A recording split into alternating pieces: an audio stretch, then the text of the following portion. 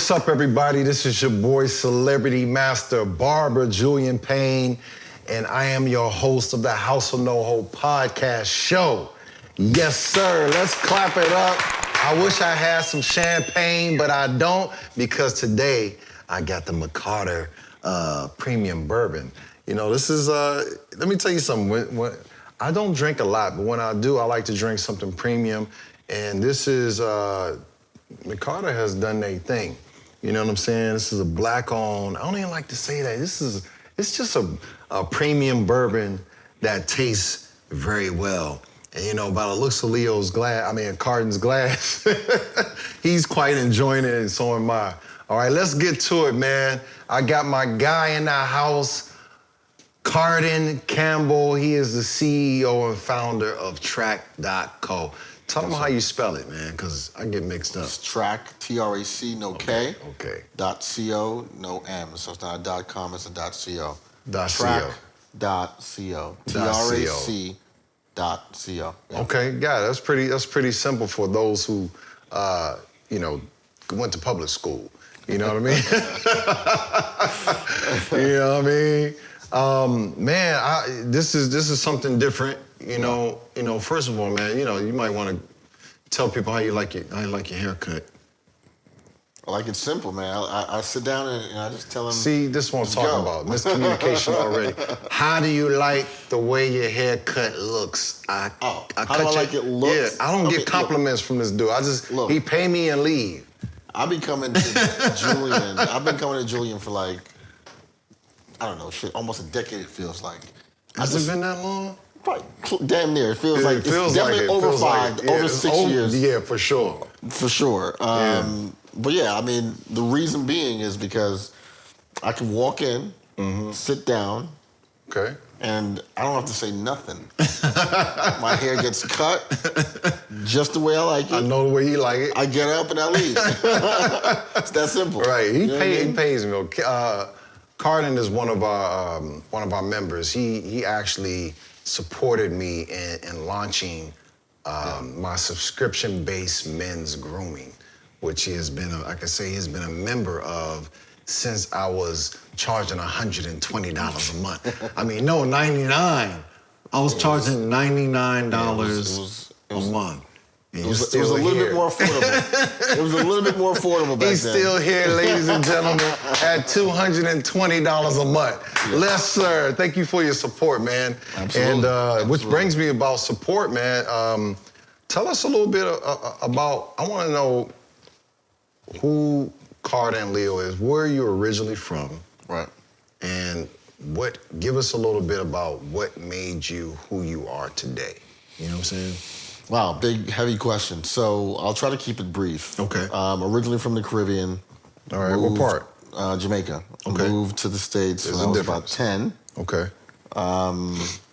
I call New York home because that's where, wherever you spend your formative years is where you call home. So okay, New York is very, very big. So you gotta give me the streets, son. The Bronx, 241st Street, close to Westchester. The Bronx. Close to Yonkers, but yeah, the Bronx. Okay. Oh, that's what's up. Yeah. So junior high school, college, undergrad, grad school, all New York. So that's why New York is like near and dear to me. Thanks. And yeah, man, I mean, what made me me today, I guess it's, family, the village, my grandmother plays a big role, always dropping in my ear the fact that, like, you're special even though we had nothing. Okay. You know what I mean? So that, like, made you feel like, you can look forward to something. No matter what your current circumstances are, it don't mean nothing. Yeah. You know what I mean? So I think her special words is a big driver in who I am today. Mm-hmm. And like I said, your village, man. Like, your mom, your dad, your aunties, uncles, your friends, the neighborhood, everything. Everything is an impact. Nurtured me in who, and what I decided to do and what I decided not to do with my life. You know what I mean? Yeah.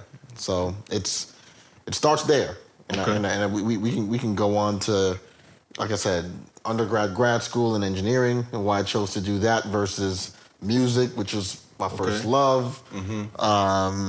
And now today, being a tech entrepreneur, founder of a tech platform that's supporting the music industry and hoping to, drive, a lot of change. So, I mean, coming from DC, I have a lot of friends that are from the Caribbean, specifically Jamaica. And I know how the parents are. Right. Oh, for sure. I already know. Oh, and they about foundation. Yeah. So it doesn't surprise me for you to have the education background. Oh, yeah. But also have the musical talent. Oh, yeah. And that was always a fight in the household about, I can't even try to do a Jamaican accent, but I know, it's a big thing to have that foundation. Yeah, you want to do creative arts things, and then you hear, look, go do something you can fall back on. Yeah. Go be a doctor, lawyer, engineer. Yeah, for sure. You hear that all day. Right. And for me, it was a big decision. I mean, so this is how it happened for me, and how I decided to go the engineering route. It was in high school. I was I was singing and writing and producing on one hand. Mm-hmm. And then I was also like a bit of a nerd on the other hand. Okay. Like I'm talking, my boy, shout out to David Chin. He taught me how to build computers. And there we go. We were building, building computers, going to the computer shows, building them, selling them to family and friends. Like that was a big passion, right? But then on the other hand, I'm like performing on talent shows and shit. So at the end of high school, it was like, what am I going to do with my life? Right. And I literally flipped a coin and said, all right, if I get into the one school that I really wanted to go to, which was RPI, which it's like a mini MIT. If I get into that school, that's the universe telling me that's what I should do with my life. Okay. And I got in, and I was a little heartbroken because that means I'm not doing music. Right. But I always told myself, look, you can always come back. Music will always be there. And that's what brought me to LA. That's dope. Yeah. That's dope. And what year was that? When I came to LA? Yeah. 07. So we're talking, a long time being in the engineering world before moving to LA and trying to like do the music thing. Yeah. That's what's up, man. It's interesting because I hear like a lot of kids grow up and they're just so passionate about only pursuing their music gift, the creative side. Yeah. You know what I'm saying? And it's literally, you have to make a choice. For sure. Something has to go on the back burner. Yeah. But even, with myself, I had to make a decision and knowing that something was all, like, this was gonna be here. Like, acting or television, I'm like, that's not going nowhere. And let me focus on, I love business so much that I was like, let me focus on building my business. And then it's like, I can have playtime later. Right. You know what I'm saying? Right. But for some reason, I was like, I wanted to mash these two universes together. And that seems like what you did with TRAC, TRAC.co. Yep, You know that's what I'm saying? So that's exactly give us a story, man. I've watched you literally take this from the dirt. Yeah. And I mean, that's the great thing about the barbershop. You're able to, bounce ideas off each other or share dreams and be inspire each other. But it's a unique platform that you have. You know what I'm saying? And it comes from your heart, from being an artist, right? Yeah. And a producer. Absolutely. And knowing the business. Yep. And having a tech background. Yep. And for you to be able like, yo, I need to go rescue some people, basically. So give us your how your brainchild came about. Yeah, I mean, so I want to say thanks to, the education first, because it takes that to like learn how to like build things, not only the product and writing code, but building teams, putting together the right team to like go out and build something worthwhile. Spending almost 2 decades in corporate America doing that for some of the biggest companies in the world, like Intel, Nike, and most recently Peloton, was a tremendous like breeding ground for my skills and talent on the leadership side, right, and engineering side. Right. The music just came natural, right? And since I'm not really like being creative anymore, it was necessary to understand the industry to know how to merge both those worlds together. You know what I mean? So like that's really where it started. It was like moving to LA, feeling like, wanting to break in as a producer, as a writer, as a creative, but at the wrong time. Like we're talking about Napster came and killed everything. The music industry was dead. Excuse me, completely dead. Like every article you read said the music industry was dead. Yeah. So at that point in time, I'm like, look, I got to figure out something. So that was when the light bulb went off. And I was like, I got to figure out a way to help with monetization because that was what was missing. Gotcha. Napster came and killed the industry, like I said. And then luckily, Apple and Steve Jobs created, the iPod and iTunes and start to sell digital songs. Now we're in the streaming era, and I think we are out of the mud. Like the industry's in a better position than it's ever been. Yeah.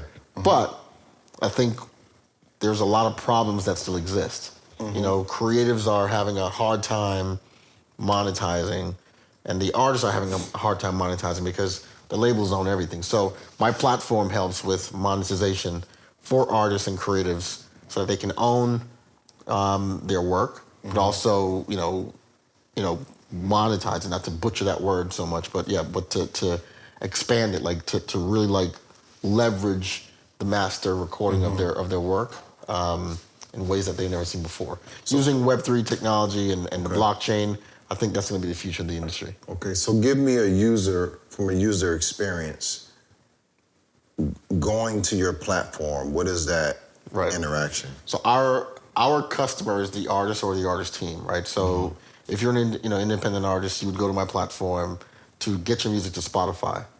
But also, you can extend the distribution a little bit more by selling an NFT of the song.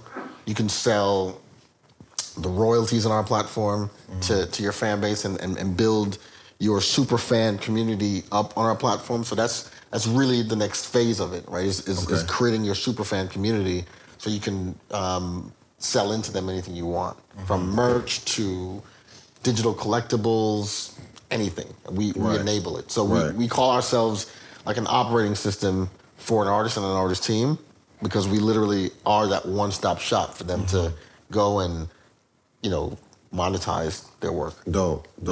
Man, first of all, man, I want to say, congratulations. Appreciate it. On TRAC.co, and I think to kind of anchor what this podcast is about, this is about truth and transparency, and I always want to be able to highlight so the listener can understand, it was not easy for you to get to where you got. You had to raise money. Absolutely. You had to take certain action steps. Absolutely. To get to where you was at. And for people who are entrepreneurs and dreamers, man, what could you tell someone, maybe 3-step process, either from raising money, how to vet a team that can help you, and taking it to market? What were some of your challenges? What are some of the challenges?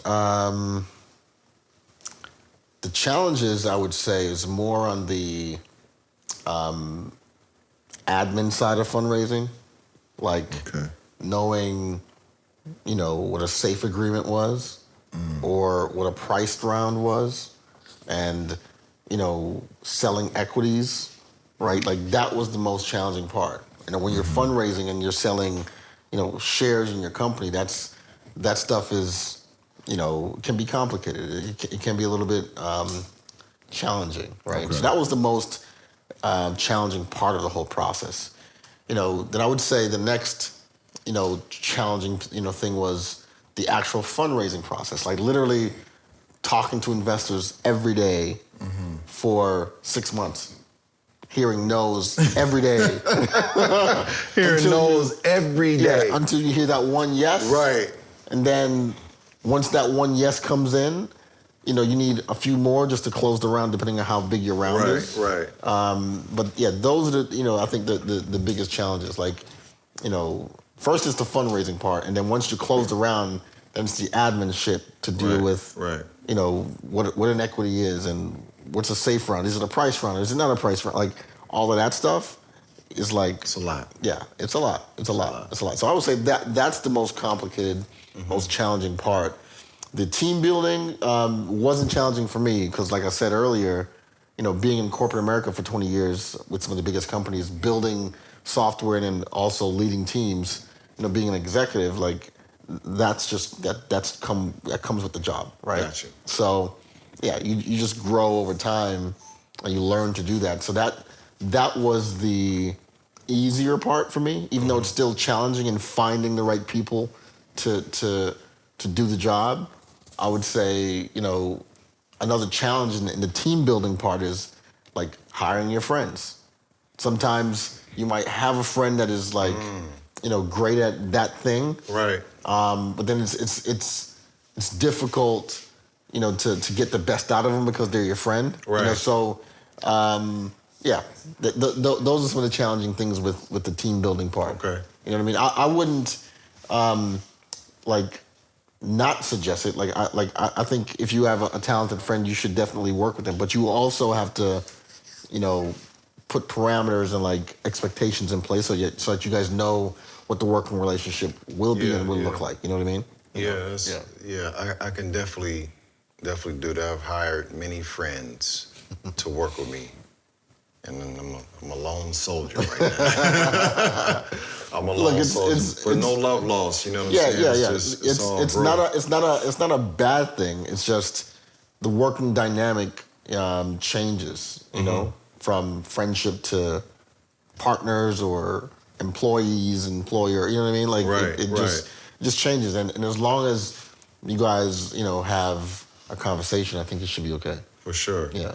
Man, I think when you were just talking about friends and hiring friends and things like that, have you always been kind of building something by yourself? You know what I'm saying? Yeah, look, so being a solopreneur is necessary. Give me a paper. The solopreneur. Yeah, it's necessary. It starts with you. Okay. I think in this day and age, being a solo founder is not as bad as it used to be. Back in the day, if you're going out to raise venture capital, that is, they would want you to have a co-founder with you, somebody that is your polar opposite, that complements you in a good way. So if you're the engineer and the builder, your co-founder should be the operator, business mind, or sales guy, or salesperson, saleswoman, right? The classic Steve Jobs and Wozniak, right? Steve Jobs was the sales guy, the product guy, the visionary. Right. Wozniak was the guy that's building the shit. Right. Absolutely. That Jobs is selling. So you need that.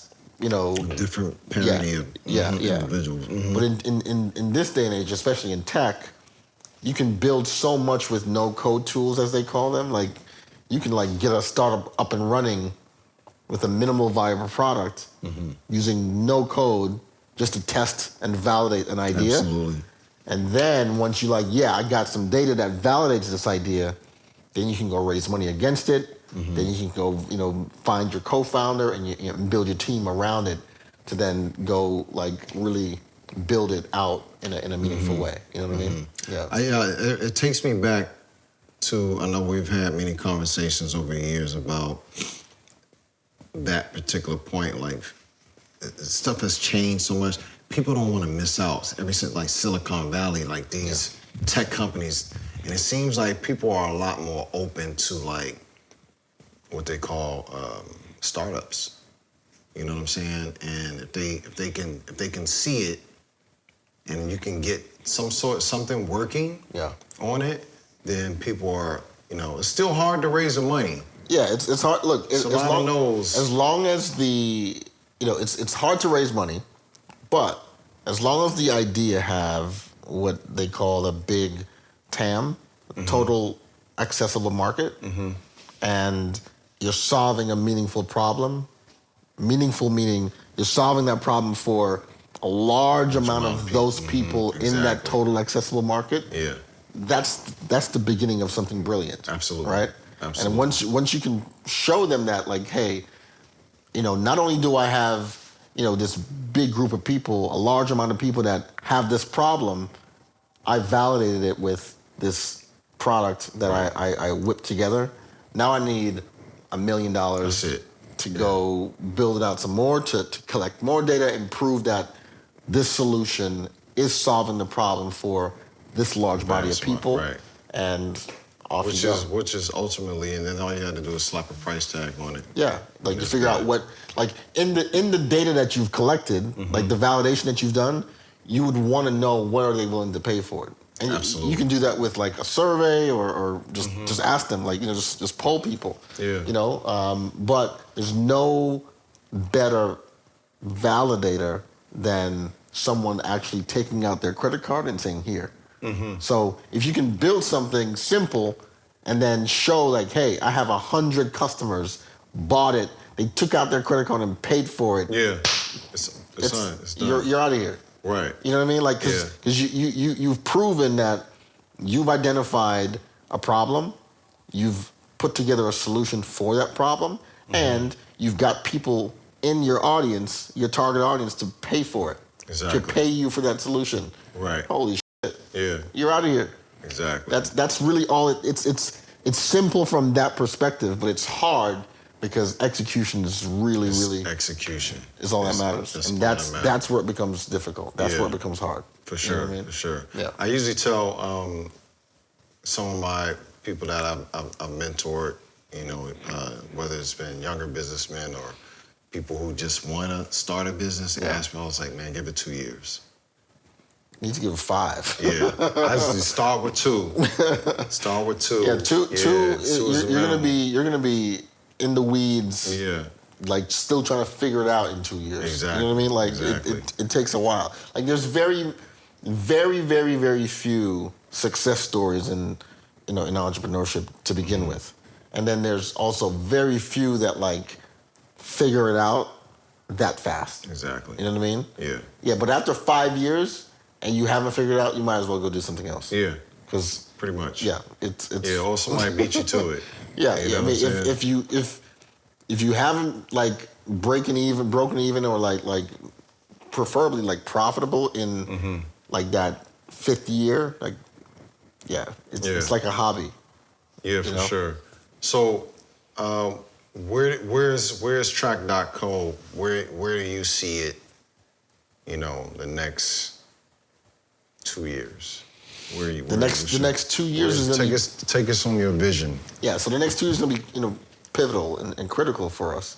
Okay. Like we have a product that people are using, but we know what we've built is not the future of what we want to build, right? Okay. This next stage is all about building that future, right? Gotcha. And it's critical because we're now in what's called crypto winter. So any crypto blockchain tools you're gonna build, it's like not very well received right now. So it's kind of tough.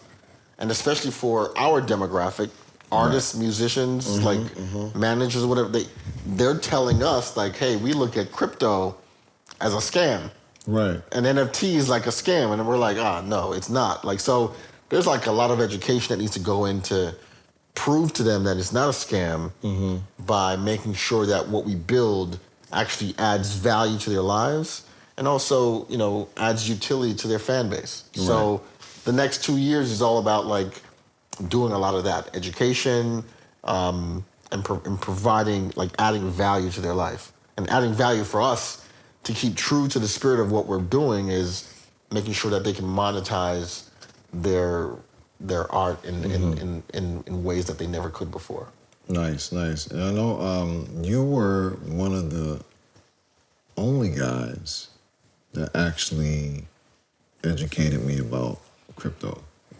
Yeah, I remember when you were upstairs and we were talking about Bitcoin. Bitcoin was like $1,000 at the time. Yeah, it was crazy. I remember that. It was crazy, man. And it was just like on it. And I was like, I was so broke, dude. I was like, man, I might put $20 in or something like that. Yeah. You know, but it opened my eyes. Yeah. You know, and planted the seeds, man. And that's you know, hey, the wave was there. It's going to continue. It's going to continue. You win some and you lose some. Yeah. But, you know, still got a little bit in there. But you know, I seen your phone. You was up. I was like, woohoo! No, I mean, look, I think, you know, this is, you know, a critical point in time for, you know, tech and society, because when you look over the history of, you know, technology and different advancements, you have these infrastructure plays that is like radically game-changing, right? The last one we just came out of, we're still in it, but like the last big infrastructure shift was the mobile phone. Exactly. Like, look at how many unicorn companies came out of the mobile phone. Without the mobile phone, Uber doesn't exist. Yeah, mobile merchant. Mobile merchant for you and your business doesn't exist. Yeah. There's a lot of things that just doesn't exist. As it advanced, as the mobile phone advanced, merchant processing advanced. A lot of things advanced. A lot. Just a lot of billion-dollar companies came out of just the fact that you have this device that you can hold in your hand and carry around and do a lot of shit with. Yeah. Right? Blockchain technology, I believe, is that next infrastructure shift where our lives will be changing because of it in a meaningful way. Yeah, I think blockchain, because it came from the little guy, per se, right? Right. And now to use that term loosely. Yep. Is that it's so scary and it's so volatile. You know what I mean? As opposed to like, let's use the analogy of like the military. Like a lot of technology comes through the military first. Yep. Pretty much have a 10-year leap before it's domesticated. Yep. You know what I'm saying? So the opposite way is like, wait a minute. It was so game-changing and powerful that you have a different force pushing because the people are pushing now. You know what I'm saying? And that, you know, and that's why I think it's so much of a fight to, you know, chop it down. Yeah, I think it's out in the wild. I don't think there's any stopping it. No, I don't think it's going to stop it. Yeah, especially Bitcoin. I think Bitcoin is going to replace gold. Okay. I should put replace in air quotes, right? I think it should be the new gold standard to like get out of where we are now, where it's like they just print money. The gold standard is gone. It's you know what I mean? I think it should also replace all of our fiat financial systems, currencies, right? But not only that, like the technology that it's built on, I think is what's going to be game changing, or has already proven to be game changing in DeFi. So now you have decentralized finance, like you can get loans where you probably couldn't walk into a bank and get a loan, right? Like it's just a different way of doing the same thing, which is what makes it game changing, because the blockchain in its simplest form gives you trust on the internet, which never existed before. It also gives you money native to the internet, which never existed before. So because of those two things, you can do so many things with it, so much with it, that is going to just be disruptive in so many industries. And I think the first disruption is happening in finance. So DeFi is a big thing, and you see the banks fighting, a lot of regulatory shit's happening to try to like make sure no one gets robbed and scammed and whatnot. But yeah, like with any tool, you put it in the wrong person's hand, Absolutely. they're gonna do wrong with it. Exactly. You know what I mean? So exactly. the tool itself is neutral. There's no master. Right. You know what I'm saying? Yeah. Definitely. I was talking to a buddy about that. I was like, man, money is not that difficult. It'll obey whoever, but it's a foundation that it sits on that doesn't move. Yeah. So what's going on with the music game? You know what I'm saying? Like, are you out? I heard you used to do sing? Some things. Yeah, I've given my son the studio, so he's the one doing all the music now. Yeah. It's a young man's game, man. Gotcha. Is it? When you're on the stage and trying to be the performer, I think so. I mean, not to say that you can't have a long career. I think you dial it back a little. You could have a long career and perform into your 70s. Like the Rolling Stones, like Jay-Z is still like Ron killing Isley. it. Ron Isley, dropped a new record. Yeah, look, 80. Absolutely. Like it has no age limit. Let's call it that. But all those guys we're talking about started when there was they started super early. You know what I mean? Right. So that's what I mean. Like gotcha. Yeah. Your entry point. Your entry point gotta be. Yeah, it's a young man's thing. You know what I mean? You can't be 50. You can only sell 50 cents. Exactly. Okay, all right. But yeah, so I leave that to him, and I'll deal with the business side of it and tech side of it just to try to make it an easier path for him. You know what I mean? For sure. What's your who are your top 3? I ain't gonna do the top 5. Everybody do top 5. I like to narrow it down. Who's your top 3 artists you're listening to now, and your top 3 artists, I will say, in the 90s? Any R&B or hip-hop? Ooh. Top 3 I'm listening to now, and top 3 that I listened to back in the 90s. Wow. Who am I listening to now? So now I'm listening to Stevie Wonder. Okay. I listen to Jay-Z and Kanye. Okay. That's my top 3, like in terms of rotation. Okay. Right now. Right. Back in the 90s, I was probably listening to Babyface. I was probably also listening to Bone Tequila, a reggae artist. Yeah, of course. Yeah. Bone Tequila. And I was probably in the 90s. This takes me back to high school. That's like heavy reggae. That's a heavy reggae era, Yeah, 90s was definitely... Yeah, so it's like, it's... I would say, so let me give you top 3. It's probably Babyface on the R&B, Lovers Rock side, Bone Tequila on the reggae side, and I would say Biggie on the hip-hop side. Okay, yeah. The Caribbean artists, I wouldn't say Caribbean or Jamaican artists. Yeah. I was definitely Shabba Ranks. He was more commercial, I would say. But when you really got down to his Bounty Killer, Beanie Man. Beanie Man. Yeah. And who else, mother? Mad Cobra. Yeah. That was my guy. Yeah. My guy. I actually went to go see him, man.